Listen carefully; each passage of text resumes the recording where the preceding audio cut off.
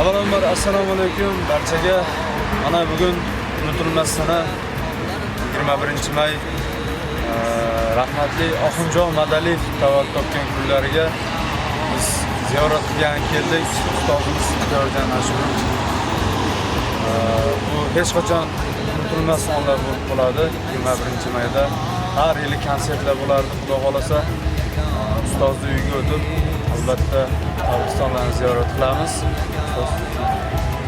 Avvalambor assalomu alaykum aziz muxlislar, ustozimizning muxlislari, Xijoyjon Madaliyevning muxlislari.